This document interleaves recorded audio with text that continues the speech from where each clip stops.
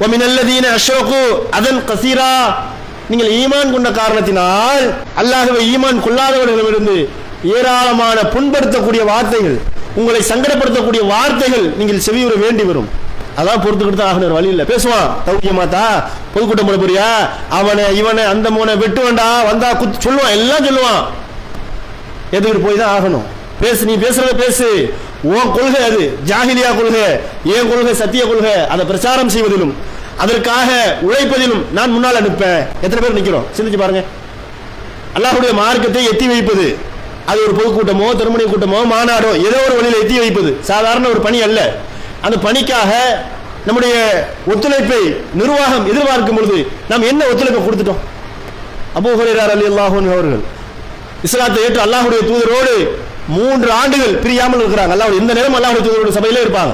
கிட்டத்தட்ட 50-60% மேலாக மார்க்க சட்டங்களை நாம் பின்பற்றுகின்றோம், பேசுகின்றோம் என்று சொன்னால் இந்த அபூ ஹுரைரா ரலியல்லாஹு அன்ஹு அவர்கள் வாயிலாகத்தான்.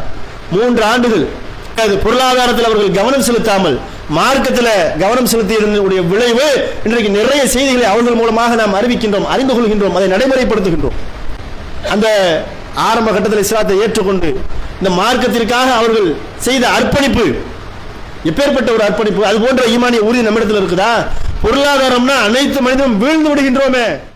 அல்ஹம்துலில்லாஹ் நஹ்மதுஹு வ நஸ்தஈனுஹு மை யஹ்திஹில்லாஹு ஃபலா முضில்ல லஹு வ மை யுضللஹு ஃபலா ஹாதிய லஹு வ அஷ்ஹது அன் லா இலாஹ இல்லல்லாஹு வஹ்தஹு லா ஷரீக லஹு வ அஷ்ஹது அன்ன முஹம்மதன் அப்துஹு வ ரசூலுஹு அம்மா பஅத்.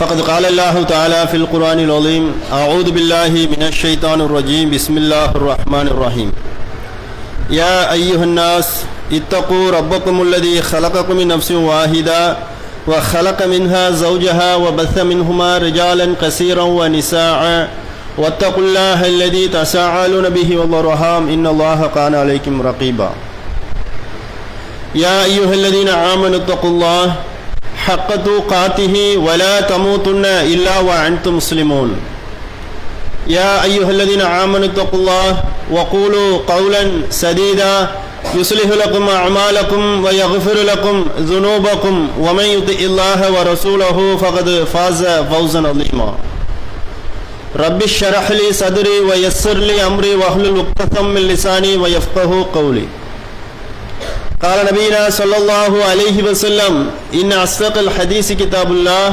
وأحسن الهدي هدي محمد وشر الأمور محدثاتها وكل محدثة بدعة وكل بدعة ضلالة وكل ضلالة في النار. புகழும் புகழ்ச்சியும் ஏகனாகிய அல்லாஹ் ஒருவனுக்கே உரித்தாவதாக.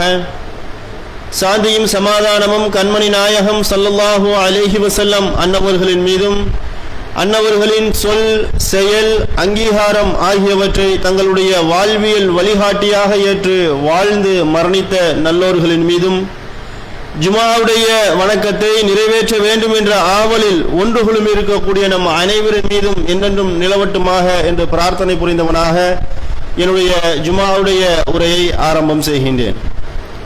எல்லாம் வல்ல அல்லாஹுவின் நல்லடியார்களே, அல்லாஹ் இந்த மனித சமூகத்தை நேர்வழிப்படுத்துவதற்காகவும் அவன்பால் இந்த மனித சமூகம் திரும்புவதற்காகவும் ஏராளமான தூதர்களை அனுப்பினான். அதில் இறுதியாக நபிகள் நாயகம் ஸல்லல்லாஹு அலைஹி வஸல்லம் நமக்கான தூதராக அனுப்பப்பட்டார்கள்.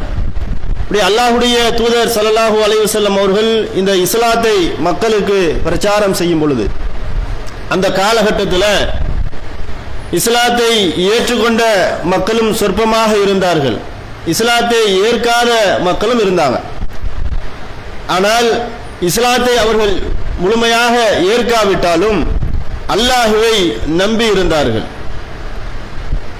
அப்ப இஸ்லாத்தை ஏற்ற மக்களும் அல்லாஹ்வை நம்பி இருக்கின்றார்கள், இஸ்லாத்தை ஏற்காத மக்களும் அல்லாஹ்வை நம்பி இருக்கின்றார்கள். அல்லாஹ் திருமறை குர்ஆன்ல இதை சொல்லி காட்டுவான். நபியே, நீங்க அவங்கள்ட்ட போய் கேளுங்க, இந்த வானத்தை படைத்தது யார், இந்த பூமியை படைத்தது யார், வானிலிருந்து மழையை பொழிய செய்வது யார் என்றெல்லாம் நீங்கள் அவர்களிடத்தில் கேளுங்க. அப்படி கேட்டா அவர்கள் அல்லாஹ் என்று பதிலளிப்பார்கள். அப்ப அவங்க தெளிவா விளங்கி வச்சிருந்தான். வானத்தை படைச்சது, பூமியை படைத்தது, மழையை பொழிய செய்வது இதெல்லாம் அல்லாஹ் தான் நமக்கு தருகின்றான் செய்கின்றான் என்ற விஷயத்தை தெளிவா விளங்கியிருந்தான். அப்ப அவங்கள்ட்ட போய் கேளுங்க, ஏன் திசை திருப்பப்படுகின்றீர்கள், ஏன் திசை மாறி போறீங்க, அல்லாஹ் ஏத்திருக்கிறீங்க, அதுல ஏன் முழுமையா நுழையாம திசை மாறி போறீங்க என்று அல்லாஹ் அவர்களிடத்துல கேட்டு, அப்படி கேட்டால் இவ்வாறு பதிலளிப்பார்கள் என்பதாக அல்லாஹ்வே சொல்லி காட்டுகின்றான். அப்ப இதன் மூலமாக நமக்கு தெளிவா தெரிகிற விஷயம் என்னன்னு சொன்னா, அவன் இஸ்லாத்தை ஏற்றுக்கொள்ளவில்லை, இஸ்லாத்தை ஒரு பக்கம் எதிர்க்கக்கூடியவனாகவும் இருந்தான். ஆனால் அல்லாஹ்வே என்ன செஞ்சான், அவன் நம்பினான். இன்னொரு பக்கம் ஒரு சின்ன கூட்டம் அல்லாஹ்வுடைய தூதர் ஸல்லல்லாஹு அலைஹி வஸல்லம் அவர்கள் மூலமாக இஸ்லாத்தை ஏற்றுக்கொண்டார்கள். அப்ப அல்லாஹ் இந்த இரண்டு சாராரை எப்படி அழைக்கிறான்? அல்லாஹ்வை நம்பி இருக்கிறான், வானத்தை படைச்சது பூமியை படைச்சது எல்லாம் அல்லாஹ்னு சொல்றான், அவனை காஃபிர்னு அல்லாஹ் அழைக்கிறான். இன்னொரு பக்கம் அல்லாஹ்வை நம்பி இருக்கின்றார்கள், வானம் பூமி படைக்கப்பட்டது அல்லாஹுவால், மழை பொழியப்படுவது அல்லாஹுவால், இப்படி எல்லாத்தையும் நம்பி இருக்கிறாங்க. இவர்களை அல்லாஹ் மூமின் என்று சொல்லுகின்றான். என்ன வித்தியாசம்? ரெண்டுக்கும் என்ன வித்தியாசம்? அந்த உறுதியான நம்பிக்கை. அல்லாஹ் திருமறை குர்ஆன்ல சொல்லும் பொழுது, இன்னமல் மூமினூன் அல்லதீன ஆமனு பில்லாஹி வ ரசூலிஹி சும்மலம் யர்தபு, அல்லாஹ்வையும் அவரது தூதரையும் நம்பி அதுல யார் உறுதியாக நிற்கின்றார்களோ, எந்த சந்தேகமுமே இல்லை, நான் அல்லாஹ்வை நம்பி இருக்கிறேன், அல்லாஹ்வுடைய தூதரை நம்புறேன், ஆனா என்னுடைய உள்ளத்துல என்ன இல்லை, எந்த உறுத்தலும் இல்லை, என்னுடைய ஈமான்ல எந்த உறுத்தலும் இல்லை என்று யார் அதுல சந்தேகம் கொள்ளாமல் உறுதியாக நின்றார்களோ அவர்களை அல்லாஹ் மூமின்கள் என்று பட்டியலிடுகின்றான். இப்ப நாம நம்முடைய நிலைமையை சிந்திச்சு பார்க்கணும். ரெண்டு சாரார் அல்லாஹ் சொன்னதை அந்த வரலாற்று நிகழ்வை நம்ம எடுத்து வைக்கிறோம். இரண்டு சாராருடைய பட்டியல்ல நாம் எந்த சாராரில் இருக்க போகின்றோம்? அல்லாஹ்வை நம்பிக்கொண்டு, அல்லாஹ்வுடைய தூதரை ஏற்றுக்கொண்டு, அல்லாஹ்விடத்துல அந்த இறை நம்பிக்கையை, அந்த கலப்படம் இல்லாமல் சந்தேகம் இல்லாத ஒரு நம்பிக்கையை நாம் மேற்கொள்ள போகின்றோமா? அல்லது அல்லாஹ் சொல்லி காட்டுகின்றானே மூமின்கள், அந்த சஹாபாக்கள் ஆரம்பத்தில் இஸ்லாத்தை ஏற்று இருந்தாங்களே அந்த சொற்பமான மக்களை, அவங்க எப்படி உறுதியா இருந்தாங்க, இந்த கொள்கையை ஏற்றுக்கொண்டு அந்த கொள்கையில அவங்க எப்படி உறுதியா நின்றாங்க, அந்த சாரார்ல வரப்போறோமா? அல்லாஹ் தெளிவா சொல்லிட்டான், அல்லாஹ்வை நம்பி இருக்கிறதெல்லாம் பிரச்சனை கிடையாது, ஆனால் உன்னோட சந்தேகம் இல்லாம இருக்கணும், தெளிவாக இருக்கணும், நீ உறுதியாக இருக்கணும், இருந்தால் தான் மூமின்களுடைய பட்டியல்ல நாம் உள்ளே நுழைய முடியும். அப்ப நாம நம்முடைய வாழ்க்கையை என்ன செய்யணும்? சற்று சிந்தித்து பார்க்க வேண்டும். நாம் எந்த தரத்தில் இருக்கின்றோம்? நம்முடைய இறை நம்பிக்கை என்பது எந்த தரத்துல, ஈமானிய உறுதி என்பது எந்த தரத்துல இருக்குது என்பதை நம்ம என்ன செய்யணும்? சிந்தித்து பார்க்கணும். நம்ம சஹாபாக்களுடைய தியாகங்களை, அவருடைய வாழ்க்கை வரலாறுகளை எல்லாம் நிறைய சொற்பொழிவுகள்ல கேட்டிருப்போம்.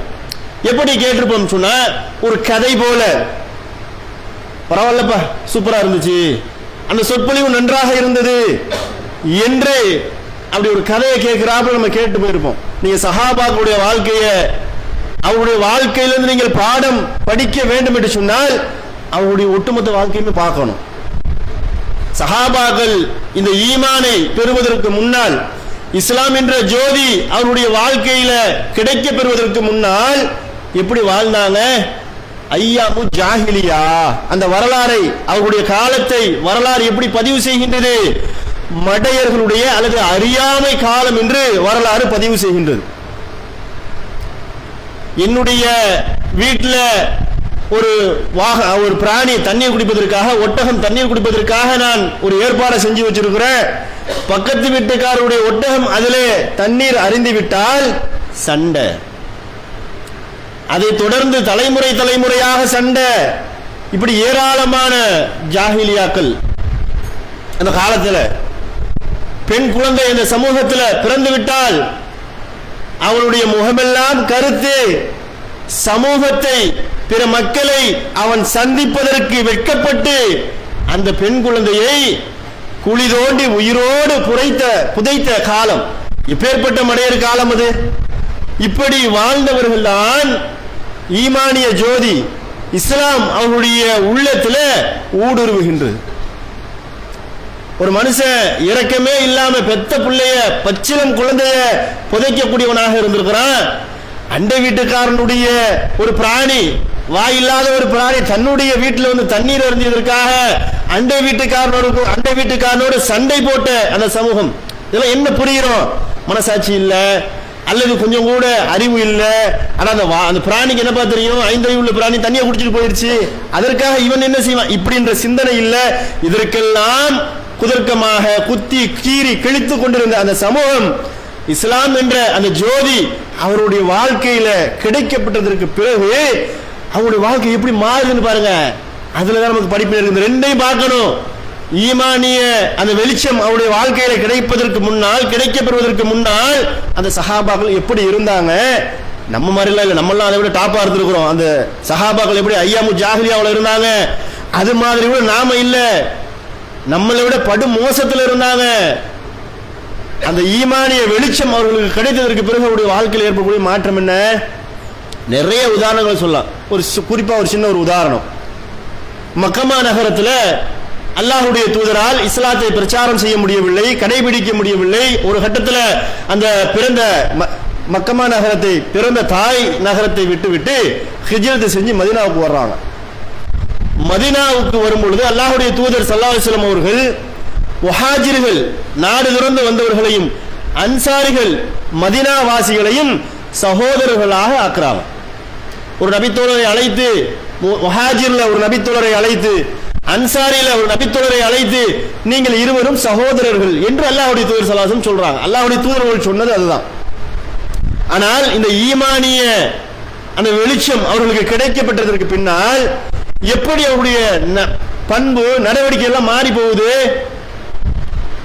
தன்னுடைய சொத்துல பாதியை கொடுக்கக்கூடிய அளவிற்கு அவர்கள் மாறி போய் இருந்தார்கள் என்று சொன்னால், ஐயாமு ஜாஹிலியான்னா மக்காவில் வாழ்ந்த மக்களை மாத்திரம் குறிக்காதது, அந்த காலத்தில் வாழ்ந்த மக்களை எல்லாருமே பெரும்பாலும் குறிக்கும். அப்ப சகோதரர்கள் என்று சொன்ன மாத்திரத்தில் சொத்துல பாதி பங்கு கொடுக்கக்கூடிய அளவிற்கு அவர்கள் மாறி போனார்கள் என்று சொன்னால், இந்த மாற்றம் எதனால் நடைபெற்றது? சும்மா சாதாரணமா நடைபெற்றுச்சா? அடுத்த பக்கத்து வீட்டுக்காரருடைய ஒட்டகம் தன்னுடைய வீட்டில் தண்ணீர் அருந்தியதற்காக சண்டையிட்ட படுகொலை, பக்கத்து வீட்டுக்காரனை படுகொலை செய்த அந்த மக்கள், பச்சிலம் குழந்தை, பிறந்த பச்சிலம் பெண் குழந்தையை பள்ளத்தை தோண்டி புதைத்த அந்த மக்கள், அந்த பிஞ்சு என்ன செய்யும், உனக்கு இந்த பூமியில வாழ்வதற்கு அருகதை இல்லை என்று புதைத்த அந்த மக்கள், இந்த ஈமானிய உறுதி, ஈமானிய வெளிச்சம், இந்த இஸ்லாம் அவருடைய வாழ்க்கையில கிடைச்சதற்கு பிறகு யாருன்னே தெரியாதுங்க. வேற ஊருக்காரர், அவரு முஹாஜிர். என்ன தெரியும், நானு அவரு ஒரே கொள்கை, இஸ்லாம் என்ற ஒரே கொள்கை, இறைவன் அல்லாஹ் என்ற ஒருவனை நாங்கள் ஏற்றிருக்கின்றோம், எங்களுக்கான வழிகாட்டி நபிகள் நாயகம் ஸல்லல்லாஹு அலைஹி வஸல்லம் அவர்கள் இதோ எங்களுக்கு முன்னால் இருக்கின்றார்கள், அவர் எங்களை சகோதரர்களாக ஆக்கிட்டாங்க. அப்ப நான் என்ன செய்யறேன், என்னுடைய உடன் பிறந்த சகோதரனுக்கு எப்படி சொத்துல பங்கு கொடுப்பேனோ அது போல நான் கொடுக்கிறேன். எவ்வளவு பெரிய மனசு. இன்றைக்கு உடன் பிறந்த சகோதரர்கள் நமக்கு மத்தியில் நாமளே ஏகத்துவத்தை விளங்கி வச்சிருக்கிறோம், இஸ்லாத்தை பின்பற்றுகின்றோம். நாம் நம்முடைய சகோதர சகோதரிகளுக்கு நம்முடைய சொத்துல சரியான முறையில் பங்களிக்கின்றோமா? சிந்திச்சு பாருங்க. ஆனால் யாரென்றே தெரியாத ஒரு மனிதன் கொள்கை மாற்றம் ஏற்றுக்கொண்ட ஒரே காரணத்திற்காக, கொள்கை சகோதரன் என்ற ஒரே காரணத்திற்காக இப்படி எல்லாம் அவர்களால் நடந்து கொள்ள முடிந்தது என்று சொன்னால், அதுதான் ஈமானிய உறுதி. அல்லாஹ் எனக்கு வாக்களிச்சிருக்கிறான். எதற்கு வாக்களிச்சிருக்கிறான்? சொர்க்கத்திற்கு வாக்களிச்சிருக்கிறான். திருமறை குர்ஆன்ல பல்வேறு இடங்கள்ல சொல்றான், இறை நம்பிக்கை கொண்டவர்களே, உங்களிடத்தில் ஒரு வியாபாரம் நான் செய்கின்றேன், சொர்க்கத்திற்கு பகரமாக உங்களுடைய உயிர்களையும் பொருள்களையும் எனக்கு கொடுத்துருங்க. எனக்குன்னா எல்லாம் வாங்கிடுறானா? அல்லாஹ்வுடைய பாதையில நீங்க செலவு செய்யுங்க, உங்க உயிரையும் செலவு செய்யுங்க. உயிரை எப்படிங்க செலவு செய்யறது? அல்லாஹ்வுக்காக அர்ப்பணிக்கிறது எப்படி? அது அர்ப்பணிப்பு பல வகையில வரும். களத்துல நின்று எதிரிகளோடு சண்டையிட்டு மடிவது ஒரு பக்கம், அல்லாஹ்வுடைய மார்க்கத்தை பிரச்சாரம் செய்து தன்னுடைய ஆவியை அதிலே போக்கி, தன்னுடைய பொருளாதாரத்தை அதிலே போக்கி அல்லாஹ்வுடைய பாதையில தன்னுடைய உயிர்களை செலவு செய்வது, பொருளாதாரத்தை செலவு செய்வது, இப்படி நீங்க செஞ்சீங்கன்னு சொன்னா, உங்களுக்கு உங்களிடத்துல நான் ஒரு வியாபாரம் செய்யறேன், அந்த வியாபாரம் எது தெரியுமா? இந்த வியாபாரத்திற்கு நீங்கள் உங்களுக்கு கிடைக்கக்கூடிய பிரதிபலன் என்ன தெரியுமா? சொர்க்கம். எல்லாம் சொல்லி காட்டினான். இதுதானே அவருடைய வாழ்க்கையில மாற்றத்தை ஏற்படுத்திருச்சு. அந்த வசனங்களை அவர்கள் கேட்ட மாத்திரத்தில் அப்படியே அவருடைய உள்ளங்கள் எல்லாம் புரட்டப்பட்டு அப்படியே மாணிக்கங்களாக மாறி போனார்கள். நம்முடைய வாழ்க்கையில இந்த வசனங்கள் எல்லாம் இருக்கின்றது. அவருடைய வாழ்க்கை வரலாறுகள் எல்லாம் படிப்பினையாக இருக்கின்றது. என்ன மாற்றத்தை நம்முடைய வாழ்க்கையில கொண்டு வந்துருச்சு. இன்றைக்கு சக முஸ்லிம்களுக்கு மத்தியில சண்டை சச்சரவுகள், அடிதடி, அண்டை வீட்டுக்காரர்களுக்கு மத்தியில மிகப்பெரிய பகை, குறிப்பாக கொள்கையை ஏற்றுக்கொண்ட மக்களுக்கு மத்தியில குரோதம் எவ்வளவு பெருகி போய் கிடக்குது. நீ பெரியவனா, நான் பெரியவனா, உன்னை நான் மட்டம் தட்டுவேன், என்ன நீ மட்டம் தட்டி பாரு என்றெல்லாம் நம்முடைய உள்ளத்தில் குரோதங்கள் மிகைத்து நிற்கின்றதே. நம்ம உள்ளத்தில் ஈமான் வந்துருச்சா? ஈமானிய உறுதி வந்துருச்சா? ஈமானிய உறுதி இருந்தா இந்த குரோதம் வந்து நிக்குமா? இந்த பகை நமக்கு கண்ணுக்கு முன்னால வந்து நிக்குமா? என்ன அப்படி பேசிட்டாரு, இப்படி பேசிட்டாரு என்ற அங்கலாய்ப்புகள் வருமா? ஏன் வருது? நம்முடைய உள்ளத்துல ஈமான் சரியாக பதியல. சரியாக பதிந்திருந்தால் நம்மிடத்தில் இது போன்ற செயல்பாடுகள் வெளிப்படாது. அல்லாஹ் சொல்லி காட்டுகிறான், இன்னும் உங்களுக்கு ஏராளமான சோதனைகள் வரும். நீங்கள் ஈமான் கொண்டீங்களா? ஏராளமான சோதனைகள் வரும். ஒரு நபித்தோழர் வந்து அல்லாஹ்வுடைய தூதர்கிட்ட கேட்கிறாங்க, அல்லாஹ்வுடைய தூதரே, எனக்கு ஒரு அறிவுரையை சொல்லுங்க.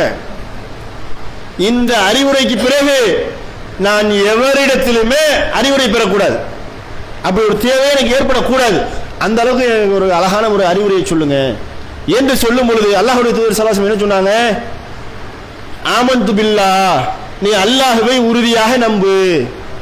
சும்மஸ்தகீம், அதுல என்ன செய்ய? நீ உறுதியா நில்லு. அல்லாஹ்வை நம்பு, அதுல நீ உறுதியாக நில்லு. அந்த நபித்தோருக்கு அல்லாஹ்வுடைய தூதர் ஸல்லல்லாஹு அலைஹி வஸல்லம் சொன்ன அறிவுரை அதுதான். யார்கிட்டையுமே பிறகு அறிவுரையே பெறக்கூடாது என்று கேட்கிறாங்க. அதற்கு அல்லாஹ்வுடைய தூதர் ஸல்லல்லாஹு அலைஹி வஸல்லம் சொன்ன அறிவுரை, அல்லாஹ்வை நீ உறுதியாக நம்பு.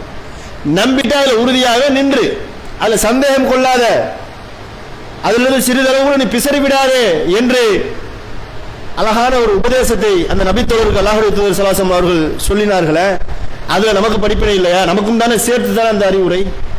நம்முடைய வாழ்க்கையில் அது ஏதாவது மாற்றத்தை ஏற்படுத்தியிருக்கின்றதா? அல்லாஹ்வை நம்பி இருக்கிறோம், அல்லாஹ்வுடைய தூதரை நம்பி இருக்கிறோம், இதான ஈமானு. ஆனா அதுல சரியா இருக்கிறோமா? அதுல சந்தேகம் இல்லாம இருக்கிறோமா? நினைச்சு பாருங்க, யோசிச்சு பாருங்க. பள்ளி வாசல்ல இன்றைக்கு ஃபஜ்ர் தொழுதவர் எத்தனை பேர் எந்திரிச்சு வந்து ஃபஜ்ருடைய தொழுகையை நம்மில் நிறைவேற்றியவர் எத்தனை நபர்? ஜும்மாவில் குழுமி இருக்கிறோம். ஏன்? அல்லாஹ் தானே சொல்லி இருக்கிறான், அல்லாஹ்வுடைய தூதர் தானே வழிகாட்டி இருக்கிறாங்க தொழுகையை குறித்து.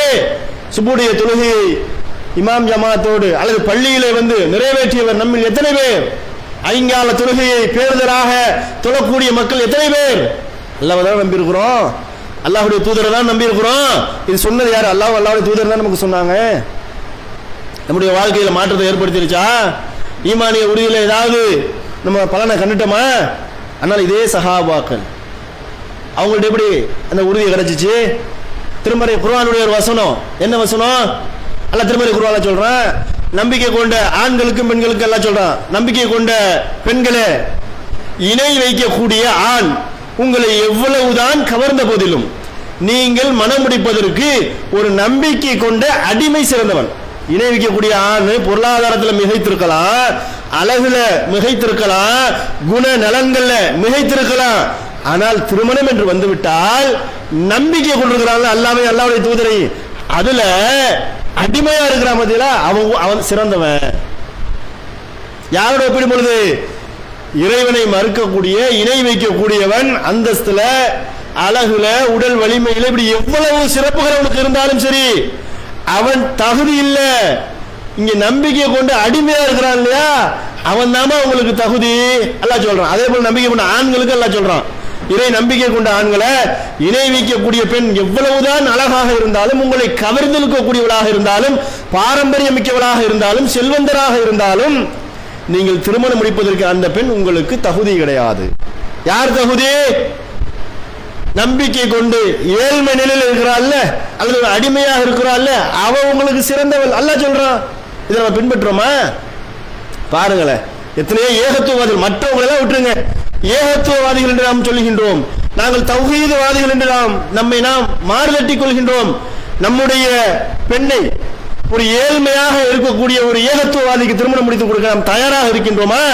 என்ன பார்க்கிறோம்? இவன்ட்ட வீடு இல்லை, சொந்த வீடு இல்லை, வாடகை வீட்டில் இருக்கிற மாப்பிள்ள, சம்பாத்தியம் ஏதோ கொஞ்சம் கொஞ்சம் சம்பாதிக்கிறார், அந்த நாளைக்கு குடும்பம் ஓடிக்கிட்டு இருக்குது. இவருக்கு போய் நம்முடைய பொண்ணை கட்டி கொடுக்க முடியுமா? நம்ம பொண்ணு எவ்வளவு வசதியா இருந்தா அங்க போய் கஷ்டப்படுறதுக்கா? இதுதானே வந்து நிக்குது நமக்கு கண்ணுக்கு முன்னால. அவன்கிட்ட இருக்கக்கூடிய ஈமானிய உறுதியை பார்த்திருக்கிறோமா? அவன் கொள்கையில சரியா இருக்கிறானா? கொள்கையில பிடிப்போட இருக்கிறானா? இதை என்னைக்காவது நம்ம உரசி பார்த்திருக்கிறோமா? தங்கம் வாங்குறான் தான் உரசி பார்க்கிறோம்ல. இது 916 தானா? இதுல எத்தனை பெர்சன்டேஜ் வெள்ளி கலந்துருக்குது, பித்தளை எத்தனை பெர்சன்டேஜ் கலந்துருக்குது, வாங்க ஒரு ஸ்கேன் பண்ணிட்டு வருவோம் சொல்லி தங்கத்தை ஸ்கேன் பண்றோமே.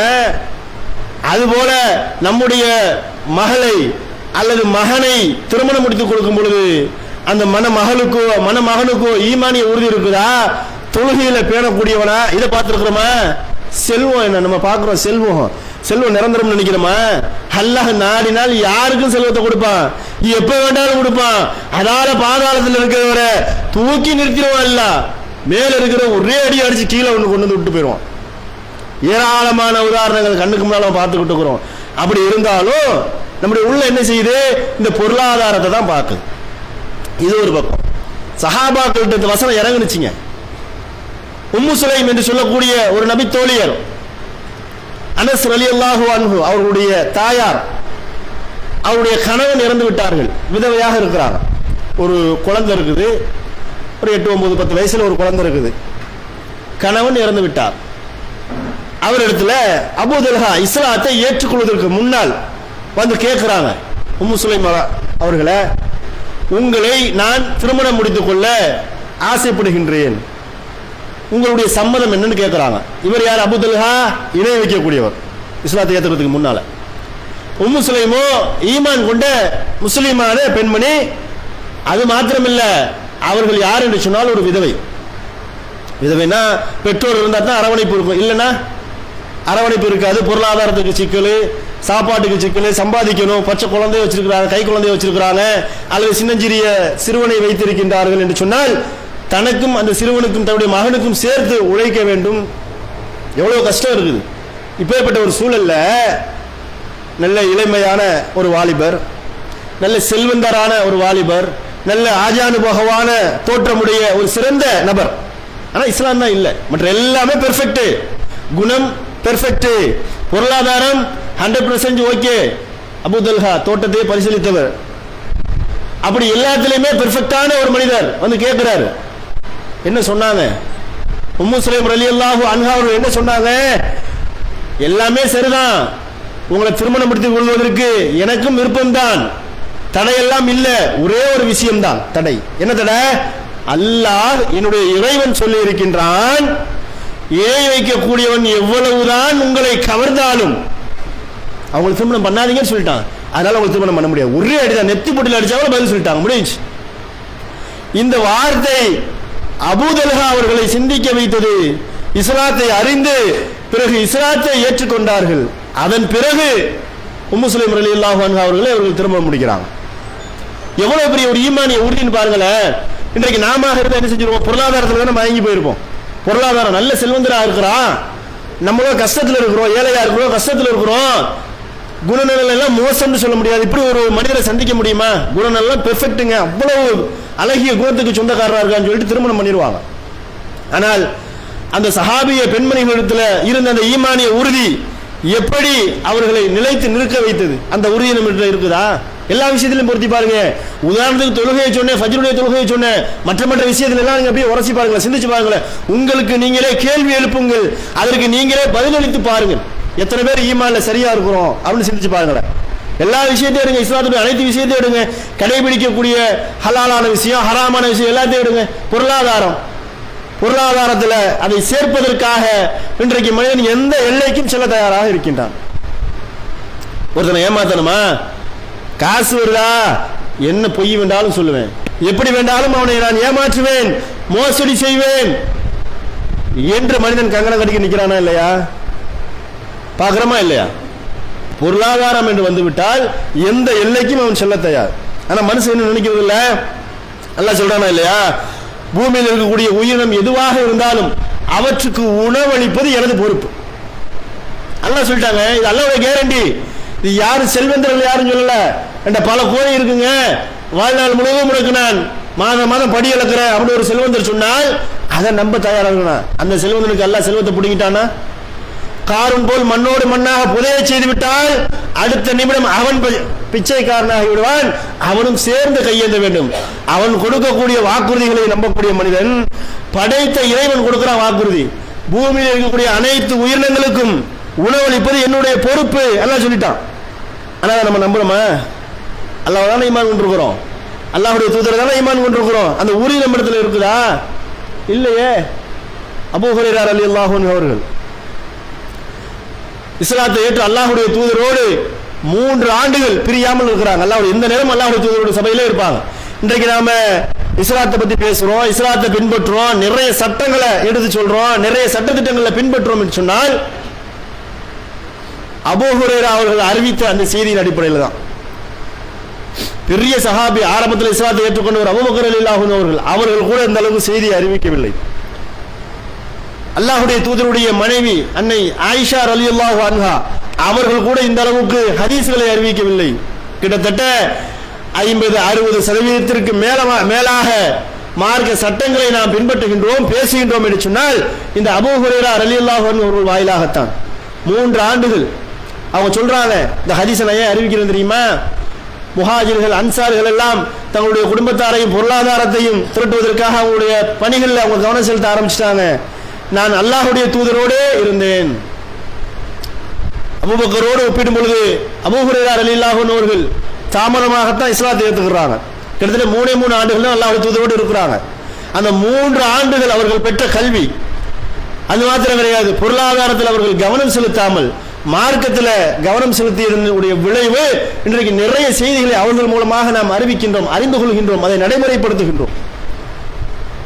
பொருளாதாரம் முக்கியம் என்று இருந்தா இந்த வசனத்தை அவங்க எடுத்துக்கிட்டாங்க. அல்லாஹ் உணவளிக்க போதுமானவங்க. சரி, அல்லாஹ்வுடைய தூதருடைய மரணத்திற்கு பிறகு ஏதாவது மாற்றம் வந்துருச்சு அவங்கள்ட்ட? அல்லாஹ் செல்வத்தை தாராளமாக கொடுத்தான். பிறகு பிற்காலத்தில் அபூ ஹுரைரா ரலியல்லாஹு அன்ஹு அவர்களை அல்லாஹ் பொருளாதாரத்தில் தன்னிறைவு பெற்றவராக மாற்றினான். அந்த ஆரம்ப கட்டத்தில் இஸ்லாத்தை ஏற்றுக்கொண்டு இந்த மார்க்கத்திற்காக அவர்கள் செய்த அர்ப்பணிப்பு எப்பேற்பட்ட ஒரு அர்ப்பணிப்பு! அது போன்ற ஈமானிய உறுதி நம்மிடத்தில் இருக்குதா? பொருளாதாரம்னா அனைத்து மனிதனும் வீழ்ந்து விடுகின்றோமே. பொருளாதாரத்தில் கலப்படம், பொய், மோசடி, இப்படி என்ன வகையெல்லாம் இருக்கின்றதோ, அல்லது வட்டியில மூலமாக பொருளாதாரம் சேர்ப்பது, இப்படி எப்படியாவது பொருளாதாரத்தை சேர்த்து எதுக்கு சேர்த்து என்ன செய்ய போறோம்? சாப்பிட தானே பொருளாதாரம் சேர்க்கிறோம். 500 கோடி நம்மளிடத்தில் இருக்கு. ஒரு நாளைக்கு 100 கோடிக்கு சாப்பிட முடியுமா? முடியாது. நம்முடைய வயிறு எவ்வளவு ஏத்துக்கிறோமோ அவ்வளவுதான் சாப்பிட முடியும். அதுக்கு தான் அல்லாஹ் கேரண்டி கொடுக்குறாங்க. பூமியில் இருக்கக்கூடிய உயிரினம் எதுவாக இருந்தாலும் சரி, ஏன்னா அல்லாஹ்வுடைய படைப்பு, அவற்றுக்கு உணவளிப்பது என்னுடைய பொறுப்பு. நல்லா பொறுப்பு ஏத்துக்கிட்டு இருக்கிறான். அதை நம்ம ஏத்துக்கிறலையே, என்னைக்காவது ஏத்துக்கிறோமா? அதனால் வரக்கூடிய பேராசை, அதனால் விளையக்கூடிய விளைவு, இப்படி ஏராளமான விஷயம். அதே போல அல்லாஹ் சொல்லி காட்டீங்கன்னா திருமறை குர்ஆன்ல, நீங்க ஈமான் கொண்டுட்டீங்களா, அப்படியே உங்களை விட்டுற மாட்டோம். எப்படி? وَمِنَ الَّذِينَ أَشْرَكُوا أَذًى كَثِيرًا நீங்கள் ஈமான் கொண்ட காரணத்தினால் அல்லாஹ்வை ஈமான் கொள்ளாதவர்களிடமிருந்து ஏராளமான புண்படுத்தக்கூடிய வார்த்தைகள், உங்களை சங்கடப்படுத்தக்கூடிய வார்த்தைகள் நீங்கள் செவியுற வேண்டி வரும். அதான் பொறுத்துக்கிட்டு தான் ஆகணும், வழி இல்லை. பேசுவான், தௌஹீத் மாத்தா பொதுக்கூட்டம் போட போறியா, அவனை இவனை அந்த மூனை வெட்டுவண்டா வந்தா சொல்லுவான், எல்லாம் சொல்லுவான். எதுக்கிட்டு போய் தான் ஆகணும். பேசு, நீ பேசுறத பேசு. உன் கொள்கை அது ஜாஹிலியா கொள்கை, என் கொள்கை சத்திய கொள்கை. அதை பிரச்சாரம் செய்வதிலும் அதற்காக உழைப்பதிலும் நான் முன்னால் அனுப்பேன். எத்தனை பேர் நிற்கிறோம்? சிந்திச்சு பாருங்க. அல்லாஹ்வுடைய மார்க்கத்தை எத்தி வைப்பது, அது ஒரு பொதுக்கூட்டமோ திருமணி கூட்டமோ மாநாடோ ஏதோ ஒரு வழியில் எத்தி வைப்பது சாதாரண ஒரு பணி அல்ல. அந்த பணிக்காக நம்முடைய ஒத்துழைப்பை நிர்வாகம் எதிர்பார்க்கும் பொழுது நாம் என்ன ஒத்துழைப்பை கொடுத்துட்டோம்? யாருடைய மார்க்கத்தை சொல்றோம்? அல்லாஹ்வுடைய மார்க்கத்தை சொல்றோம். அல்லாஹ்வுடைய கலாமை குறித்து அங்கே பேசப்பட இருக்கின்றது. அதற்காக உங்களுடைய உழைப்பை, நேரத்தை, உதவியை வழங்குங்கள் என்று சொன்னால் நாம் எத்தனை பேர் தயாராக இருக்கின்றோம்? சிந்திச்சு பாருங்க. நம்மிடத்தில் ஈமானிய உறுதி, இந்த வயதில் சிந்திச்சு பார்க்கலாம், ஈமானிய உறுதி இருக்குதா? ஏன் சொல்லப்படுவது அல்லாஹ்வுடைய மார்க்கம் இல்லையா? அதன் மூலம் இந்த மார்க்கத்தை நாம் பிரச்சாரம் செய்து எதிர்க்கிறதுல ஒருவருக்கு அல்லாஹ் நேர்வழி காட்டிட்டான். நேர்வழி கிடைப்பது ஒருவருக்கு நம் மூலமாக, நம்முடைய வழியாக, நம்முடைய உழைப்பின் மூலமாக, அல்லது நம்முடைய ஏதாவது ஒரு பங்களிப்பின் மூலமாக அந்த நேர்வழி அவருக்கு கிடைப்பது என்பது சாதாரண ஒரு காரியமா? மிகப்பெரிய ஒரு காரியம். அப்படி கிடைச்சிருச்சுன்னு சொன்னா எவ்வளவு பெரிய பாக்கியம்! அந்த பாக்கியம் எல்லாம் இந்த உலகத்தில் தெரியாது. நம்மை கபர் குழியில வைக்கும் பொழுதுதான் அதனுடைய அருமைகள் எல்லாம் தெரியும். அந்த அளவிற்கு நம்முடைய காலத்தை நாம் தாழ்த்தினோம் என்று சொன்னால் நஷ்டப்பட போவது நாம் தான். அப்ப ஈமானிய உறுதி நம்மிடத்தில் இருந்தால் அல்லாஹ்வுடைய மார்க்கத்திற்காக பொருளாதாரத்தை உயிர்களை செலவு செய்யறோம்னா மரணிச்சிட்டு போறது மட்டும் செலவு செய்யறது இல்லைங்க. கத்தி கத்தி தொண்டை தண்ணிலாம் போகுது ஆவியை போக்குறான்னு சொல்லுவாங்களா இல்லையா? நம்முடைய உயிர்களிலிருந்து அது செலவு செய்யப்படுவது தானே. நம்ம நடக்கிறோம், நம்முடைய உயிர்களிலிருந்து செலவு செய்யப்படுகின்றது. நாம் பேசுகின்றோம், நம்முடைய உயிர்களிலிருந்து செலவு செய்யப்படுகின்றது. இப்படி நம்முடைய உடல் உழைப்பை இந்த மார்க்க பணிகளுக்காக கொடுக்கும் பொழுதும் அதற்காக நமக்கு சொர்க்கம் அல்லாஹ்வால் தயார் செய்யப்படுகின்றது என்ற அந்த உறுதியான நம்பிக்கை நம்மிடத்தில் வர வேண்டும். அதற்காக நாம் உழைக்க வேண்டும். இந்த அல்லாஹ்வுடைய மார்க்கத்தை மேலோங்க செய்வதற்காக நாம் தொடர்ந்து பாடுபட வேண்டும் என்று கூறி என்னுடைய முதல் உரையை நிறைவு செய்கிறேன். வாஹிர் தவான் அல்ஹம்துலில்லாஹி ரப்பில் ஆலமீன்.